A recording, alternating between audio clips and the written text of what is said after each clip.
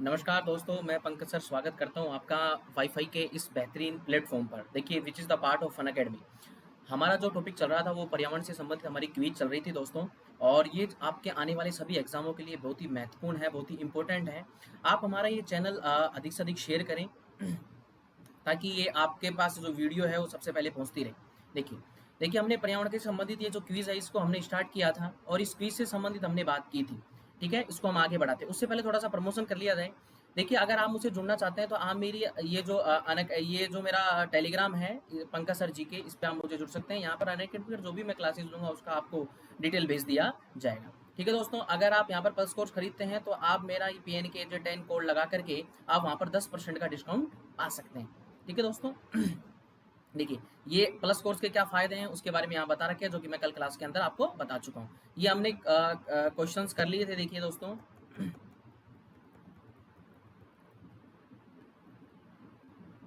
जी बिल्कुल, हमने 22 क्वेश्चन किए थे। 22 से आगे हम क्लियर करते हैं। देखिए, पहला क्वेश्चन है, पर्यावरण को बचाने के लिए चिपको आंदोलन से कौन सा राज्य जुड़ा हुआ है। देखिए, आपके सामने ये 4 राज्य दे रखे हैं कि भी कौन सा राज्य जुड़ा हुआ है। ठीक है, देखिए नाम आ रहा है चिपको आंदोलन। क्या नाम आ रहा है? चिपको आंदोलन। चिपको आंदोलन। देखिए, चिपको आंदोलन की अगर मैं बात करूं तो चिपको जो आंदोलन है, नाम कैसे पड़ा? नाम कैसे पड़ा? देखिए, 2 व्यक्ति थे। एक का नाम था सुंदरलाल बहुगुणा। एक व्यक्ति थे जिनका नाम था सुंदरलाल बहुगुणा और एक का नाम था चंडी प्रसाद भट्ट। ये व्यक्ति थे और इन्होंने 1973 में इस आंदोलन की क्या की थी? शुरुआत। इस आंदोलन की क्या की उन्होंने? शुरुआत, यानी इनको प्रारंभ किया। ये जो चिपको आंदोलन है ये संबंधित होता है दोस्तों वृक्षों की कटाई से लेकर के। ठीक है, पहले क्या हुआ करता था दोस्तों, अंग्रेज वगैरह शासक वगैरह हुआ करते थे तो वो क्या करते थे, पेड़ पौधों की कटाई किया करते थे ताकि वो इससे संबंधित जो भी चीजें मिलती हैं उनको, पेड़ पौधे लकड़ियां वगैरह, उनसे इनका ये लाभ उठा सके, बाहर विदेशों में भेज सके। तो जो आंदोलन में क्या हुआ कि इसके ऊपर जो मनुष्य है वो चिपक जाता था और जो वो कोई मशीन वगैरह चलाते हैं साथ के साथ वो जो मशीन जो मनुष्य चिपका हुआ है वो भी उसके साथ साथ क्या होता था, मर जाया करता था। ठीक है ना। और ये जो सबसे पहले स्टार्ट हुआ था दोस्तों, ये हुआ था उत्तराखंड में। एक गांव है जिसका नाम है चमोली। गांव नहीं तो इसको हम जिला बोल सकते हैं। चमोली जिले से शुरुआत हुई थी कौन से आंदोलन की? चिपको आंदोलन। क्वेश्चन ऐसे ही पूछ सकता है आपसे भी, चिपको आंदोलन है वो किसको बचाने के लिए? पर्यावरण को। पर्यावरण में भी किसको बचाने के लिए? वृक्षों। आगे बात समझ। तो इसका आंसर क्या होगा आपके सामने? उत्तराखंड। 4 दे रखे, झारखंड, उत्तर प्रदेश, उत्तराखंड और छत्तीसगढ़। क्लियर दोस्तों। अगला, जीवों के व्यवहार का अध्ययन किया जाता है। आपके सामने यहाँ पर 4 ऑप्शन दे रखे हैं। क्लियर। देखिए, जीवों के व्यवहार का जो अध्ययन किया जाता है वो किया जाता है इथोलॉजी से। किससे किया जाता है? इथोलॉजी। इथोलॉजी के द्वारा जीवों के जो व्यवहार है उसका क्या किया जाता है? अध्ययन किया जाता है। अगर हम बात करें, यहां पर आ रही है नियोलॉजी। नियोलॉजी, ठीक है, सबसे पहला नाम आ रहा है नियोलॉजी।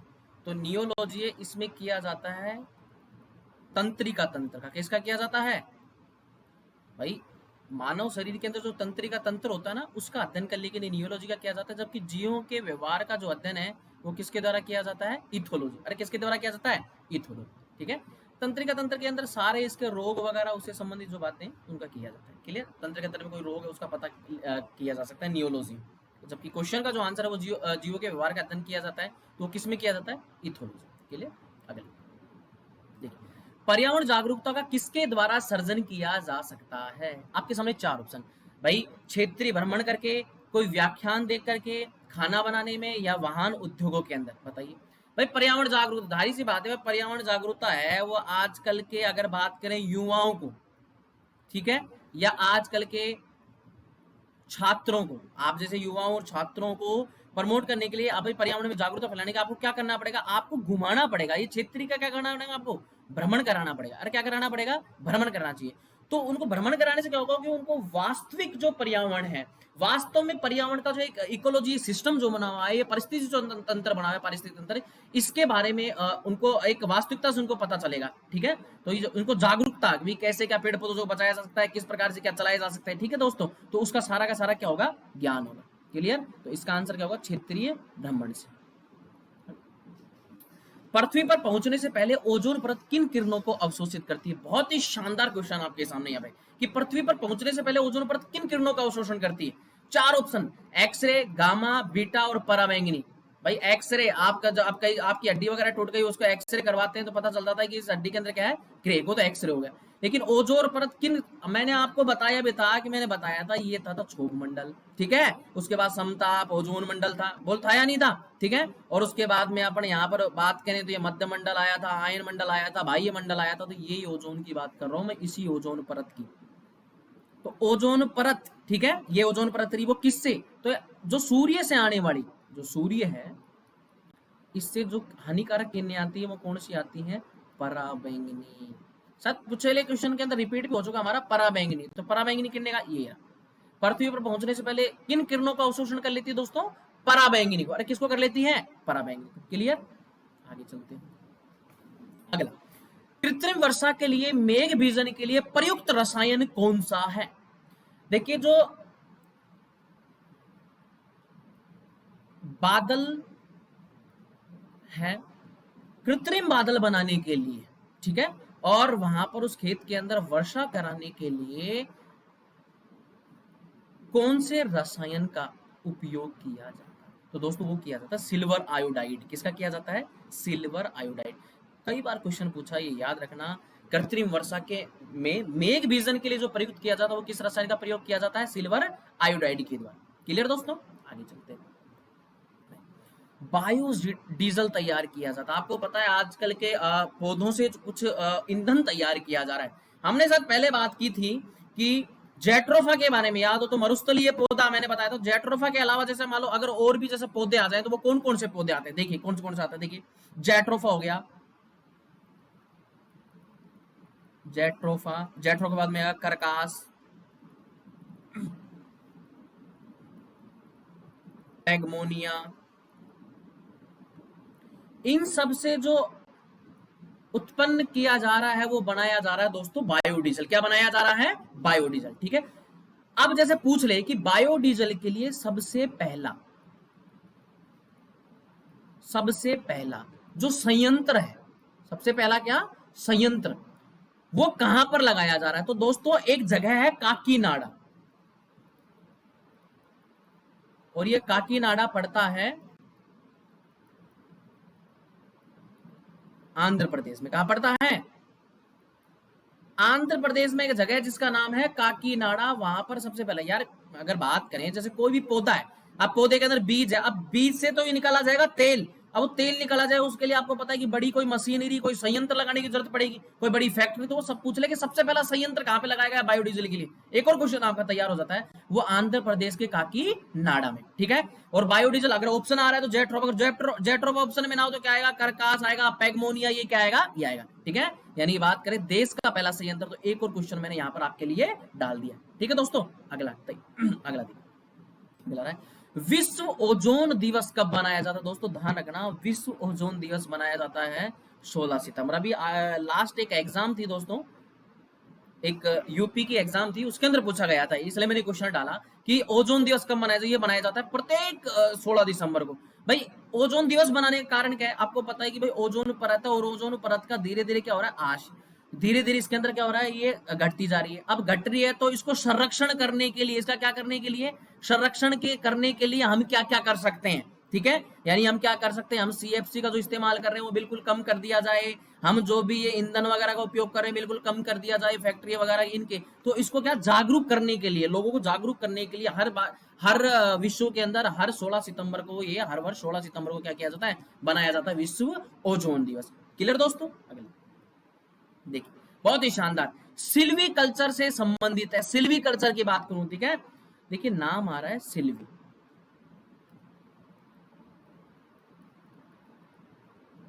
सिल्वी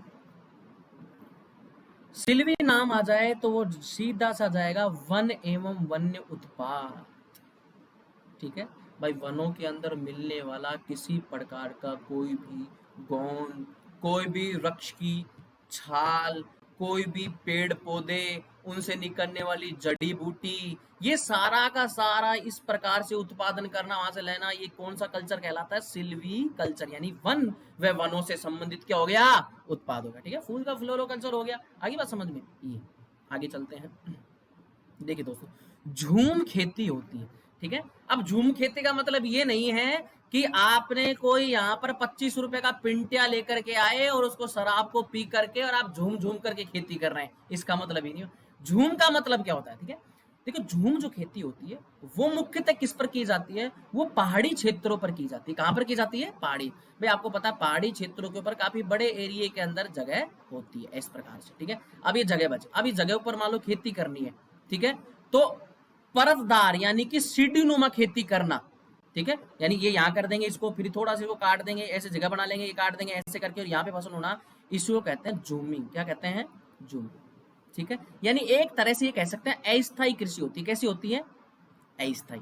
ठीक है, परतदार सीढ़ीनुमा खेती होगी। एक झूमिंग का प्रकार क्या होता है कि कोई भी आदिवासी इलाके के अंदर क्या होता है कि कोई भी आदिवासी इलाका है, उस आदिवासी इलाके के अंदर या जंगल के अंदर पेड़ पौधे खड़े हुए हैं। अब आदिवासी की कोई जमीन भी नहीं है उसके कुछ, अब वो क्या करेगा? इन पेड़ पौधों को जलाएगा। इन पेड़ पौधों को जला करके उस राख के ऊपर छिटक देगा बीज। क्या कर देगा? बीज छिटक देगा। अब बीज छिटकने के बाद में वहां पर बरसात से क्या होगी? खेती उत्पन्न हो जाएगी। होगी खेती उत्पन्न, इसको काट लेगा, फिर आगे चला जाएगा, आगे जाने के बाद आगे पेड़ पौधों को काटेगा, उसको जलाकर करेगा, ऐसे करके एक जगह से दूसरी जगह कर, यानी इसको हम कह सकते हैं एक तरह की ये कहलाती है अस्थाई। कैसी कहलाती है? अस्थाई। इसको कह सकते हैं स्थानांतरित। क्या कह सकते हैं? स्थानांतरित कह सकते हैं। एक जगह को छोड़ करके दूसरी जगह क्या करना? खेती करना। ठीक है, ये खेती कैसी खेती कहलाती है? झूम खेती। कैसी खेती कहलाती है? झूम खेती। क्लियर? और जो ये की जाती है, देखिए ये जो की जाती है ये भारत के कौन कौन से राज्यों में की जाती है? ये नागालैंड में भी की जाती है, ये मणिपुर में भी की जाती है, ये मेघालय में भी की जाती है। सर्वाधिक की बात कर रहा हूं मैं, ध्यान रखना। क्लियर? ये प्रमुख राज्य हैं। कैसे राज्य हैं? ऑप्शन में क्या रहा? झूम खेती। अब देखिए इन तीनों में से कौन सा आ रहा है? देखो मेघालय, अगर मेघालय ऑप्शन में ना हो तो नागालैंड आएगा, नहीं तो क्या आएगा? मणिपुर आएगा। तो दोस्तों इसका आंसर क्या होगा? मेघालय। आगे बात समझ में? यानी कि एक जगह से दूसरी जगह वो कैसी खेती कहलाती है? झूम कह दो, झूमिंग कह दो, अस्थाई कह दो, एक जगह से दूसरी जगह कह दो। ठीक है, और एक पहाड़ों पर की जाने वाली, वो अभी मैंने समझाया आपको, वो कैसी की जाती है? सीढ़ीदार खेती है ना, वो भी आदिवासी वगैरह लोगों के द्वारा की जाती है। क्लियर? अगला देखिए, विश्व उष्मायन के लिए निम्न में से कौन सी गैस सबसे ज्यादा उत्तरदायी है? कौन सा कारक है? विश्व उष्मायन का मतलब हो गया दोस्तों ग्लोबल वार्मिंग। क्या मतलब हो गया? Global warming. ठीक है, ग्लोबल वार्मिंग के लिए। ठीक है, पेड़ पौधों से निकली गैसें, अरे नेचुरल चीजें, इससे कैसे हो सकती है? ठीक है, अगला चलते हैं। भट्टियों से निकली गैसें, रसोई से निकली गैसें, और वाहन से निकली गैसें। आगे बात समझ। इसका जो आंसर होगा, ध्यान रखना, ग्लोबल वार्मिंग के लिए सबसे ज्यादा जो गैस उत्तरदायी वो होती है CO2। कौन सी होती है? CO2। और होती है नाइट्रस N2, और होती है CH4। ये जो गैसें हैं, ये जो गैसें हैं दोस्तों, ये निकलती हैं सर्वाधिक वाहनों के धुएं से। किससे निकलती हैं? वाहनों के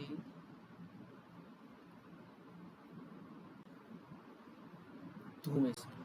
CO2, N2O और CH4। आगे बात समझ में? ये वाहनों की क्या निकलती है? धुएं से। तो विश्व ग्लोबल वार्मिंग के लिए सबसे उत्तरदायी कौन सा हो गया? तो इसका आंसर क्या बोलेंगे हमने? वाहनों से निकलने वाली गैस। अब अगर तो वाहनों के अंदर जो उनका इंजन होता है ना, उसकी जो दहन शक्ति होती है, ठीक है, यानी ईंधन की जलने की जो क्षमता होती है, दहन, वो क्या ज्यादा होती है, और उससे CO2 और N2 इस प्रकार क्या होती है? गैसें निकलती। क्लियर? आगे चलते। पेड़ पौधे प्रदूषण को घटाते हैं क्योंकि वो अवशोषण करते हैं। वो किसका अवशोषण करते हैं? पेड़ पौधे।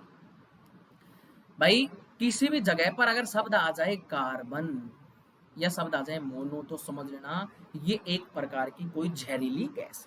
ठीक है, कार्बन मोनो, यहाँ पर कार्बन डाई आ रहा है, दोनों जगह मोनो भी आ रहा है, कार्बन भी आ रहा है, दोनों जगह। अब दोनों का देखते हैं। बात करें पेड़ पौधे पर, किसको अवशोषण करते हैं? आपको पता है पेड़ पौधे हैं जो पेड़ पौधे हैं वो अवशोषण यानी खींचते, बताइए क्या करते हैं, कार्बन डाइऑक्साइड, और छोड़ते क्या है, CO2, यानी कि उत्सर्जन किसका करते हैं, CO2 का। अब अवशोषण जो खींचते हैं वो किसका करते हैं, कार्बन। मैंने पहले बता दिया कि हानिकारक गैसों के तो कार्बन या मोनो जहां पर लिखा आ गया वो हो गया, तो इसका आंसर है कार्बन डाइ, यानी पेड़ पौधे प्रदूषण को घटाते हैं। भाई हमने कहा ना भाई अधिक से अधिक क्या करो, पौधारोपण करो, अधिक से अधिक क्या करो, पौधारोपण। भाई अधिक से अधिक पौधारोपण करो, क्यों करो, क्योंकि वो क्या करेंगे, हानिकारक जो गैस है उनको क्या कर लेंगे, अवशोषण कर लेंगे, हानिकारक गैसों को अवशोषण कर लेंगे। किस गैस का सबसे ज्यादा अवशोषण करते हैं, कार्बन डाइऑक्साइड, यानी किसका करते हैं वो, CO2 का, सॉरी CO2 का, किसका करते हैं, CO2 का। ठीक है, अगर बात करें कि भाई वो किसका उत्सर्जन करते हैं, वो करते हैं O2 का, ऑक्सीजन। क्लियर, आगे चलते हैं। भूकंप मापा जाता है, मैंने पहले बताया था कि भूकंप के लिए मापने के लिए एक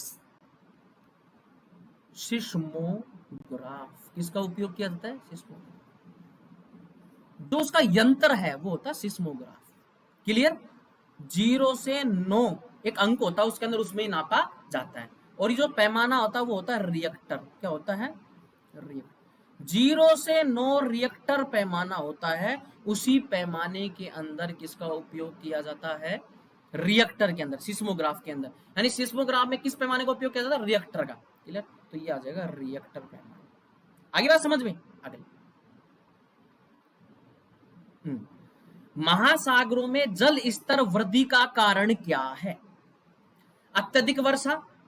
भाई बात करें, देखिएगा, जैसे हम एक उदाहरण लेते हैं, यहां पर ये भारत,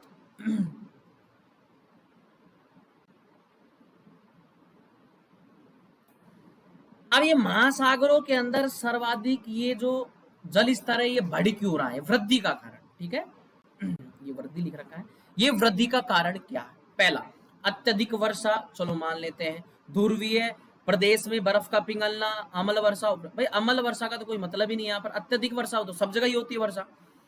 देखिए जो ध्रुवीय प्रदेश है जहां पर सर्वाधिक क्या जमी हुई है, और जैसे हम भारत के ऊपर के इलाका ले लें, यहाँ पर बर्फ, आपको पता बर्फ पिघलेगी, और भारत के अंदर बर्फ पिघल करके किसका रूप लेती है, नदी का, और लेकर के यहाँ पर सागरों में गिरती है। ये यहाँ से आती है नदियां जो बंगाल खाड़ी में गिरती है, इधर से आने वाली नदियां इधर अरब सागर में गिरती है। अरब सागर ये पूरा मिल करके किसका निर्माण करता है, हिंद महासागर को। जाहिर सी बात है, बोलो महासागर के अंदर जल स्तर बढ़ा, यानी हम कह सकते हैं कि ध्रुवीय प्रदेश के अंदर बर्फ का पिघलना, अगर यहाँ पे ध्रुवीय में नहीं लिखा है कि बर्फ का पिघल करके आना, तो जाहिर सी बात, तो बर्फ पिघलेगी, इसका मतलब ये डायरेक्टली उसको उष्मा बन करके उसका उष्माकरण हो जाएगा, नहीं होगा, उसको बर्फ पिघल करके उसके नदी के नालों के रूप में ही तो समुद्रों में तो जाएगी, समुद्र का मतलब महासागर ही हुआ। तो इसका आंसर क्या है, जल स्तर के वृद्धि का कारण क्या हुआ, तो ध्रुवीय प्रदेश में बर्फ का पिघलना ही, ध्रुवीय प्रदेश में किसका, बर्फ का पिघलना ही किसका कारण हो गया दोस्तों, महासागरों में जलस्तर के वृद्धि का क्या हो गया, कारण हो गया। तो इसका आंसर क्या हो जाता है, ध्रुवीय प्रदेश में बर्फ का पिघलना। क्लियर दोस्तों, आगे चलते हैं। विश्व पर्यावरण दिवस कब मनाया जाता है, ठीक है, ये मनाया जाता है दोस्तों 5 जून। कब मनाया जाता है, अब 5 जून को क्यों मनाया जाता है, देखिए दोस्तों 5 जून को इसलिए मनाया जाता है, अगर मैं बात करूं, एक जगह है जिसका नाम है स्कॉटलैंड, क्या नाम है, स्कॉटलैंड। स्कॉटलैंड एक जगह के अंदर, बात है 1972 की, 1972 की, वहां पर एक सम्मेलन था जिसका नाम था विश्व जलवायु सम्मेलन।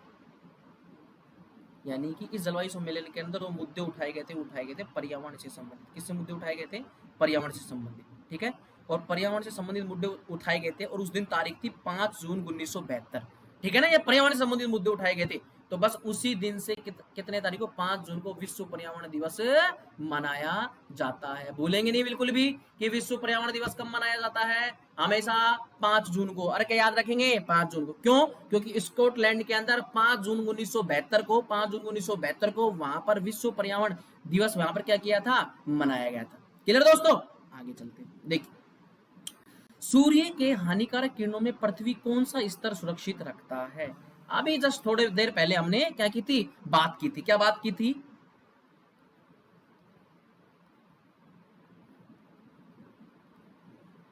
ओजोन स्तर, ठीक है, यानी हम इसका आंसर क्या हो सकता है, ओजोन। ओजोन, अगर ओजोन ना हो तो ये ओजोन के अंदर जुड़ी होती है समताप, क्या जुड़ा होता है, समताप। क्लियर, ये सूर्य से आने वाली हानिकारक जो कौन सी हानिकारक, पराबैंगनी, कैसी, पराबैंगनी, ठीक है, पराबैंगनी किरणों से क्या करता है, हमें हमारी सुरक्षा करता है। क्लियर, आगे किसी जगह के फ्लोरा और फना सूचित करता है। फ्लोरा और फना एक प्रकार के कोई पेड़ पौधों का रूप है। किसका रूप है? एक प्रकार के पेड़ पौधे हम बोल सकते हैं। ठीक है, कैसे बोल सकते हैं? जब वनस्पति है,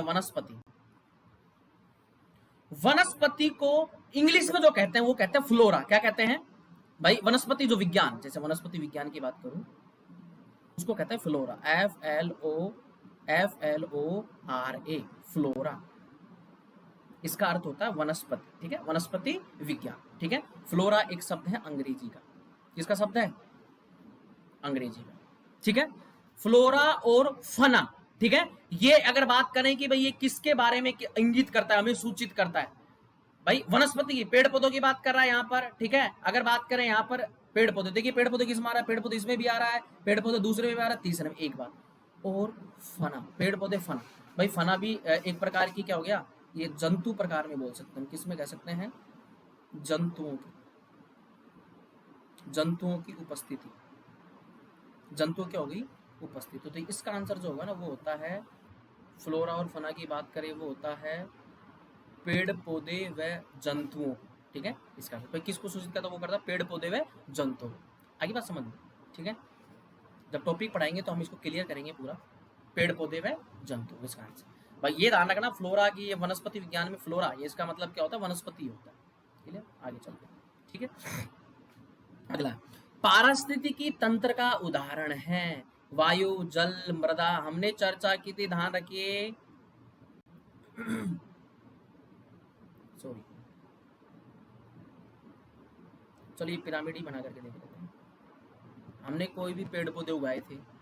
ठीक है, पेड़ पौधे खनिज लवण वगैरह मिट्टी वगैरह से लेते हैं, लेकिन उस मिट्टी के अंदर किसकी मात्रा रहती है? नमी की। ठीक है, जल की मात्रा रहती है। ठीक है, और इसी अजैविक जो तत्वों की बात करें, जीव जंतु की उपस्थिति जिसके अंदर होती है, जीव जंतु की उपस्थिति, तो एक उदाहरण है वो है तालाब का। किसका उदाहरण है? तालाब। तो इसका आंसर हो जाता है तालाब। किसका हो जाता है? तालाब। पारिस्थितिकी तंत्र का क्या है? उदाहरण। क्लियर? अगला देखिए,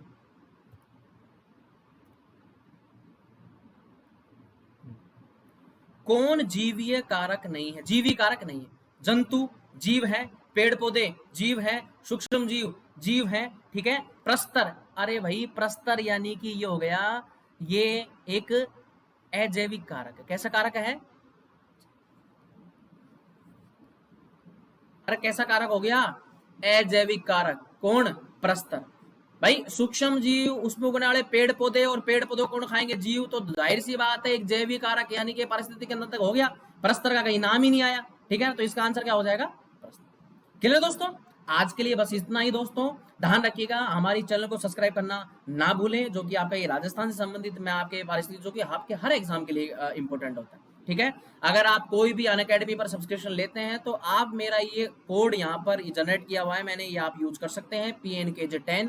वहां पर आपको 10% का इंस्टेंट क्या मिल जाएगा? डिस्काउंट मिल जाएगा। ठीक है दोस्तों, और इसका अगर मैं बात करूं, इसका सब्सक्रिप्शन प्लस अगर आप मुझसे जुड़ना चाहते हैं तो यहाँ पर ये मेरा टेलीग्राम अकाउंट है जिसका नाम है PANKAJ पंकज सर GK।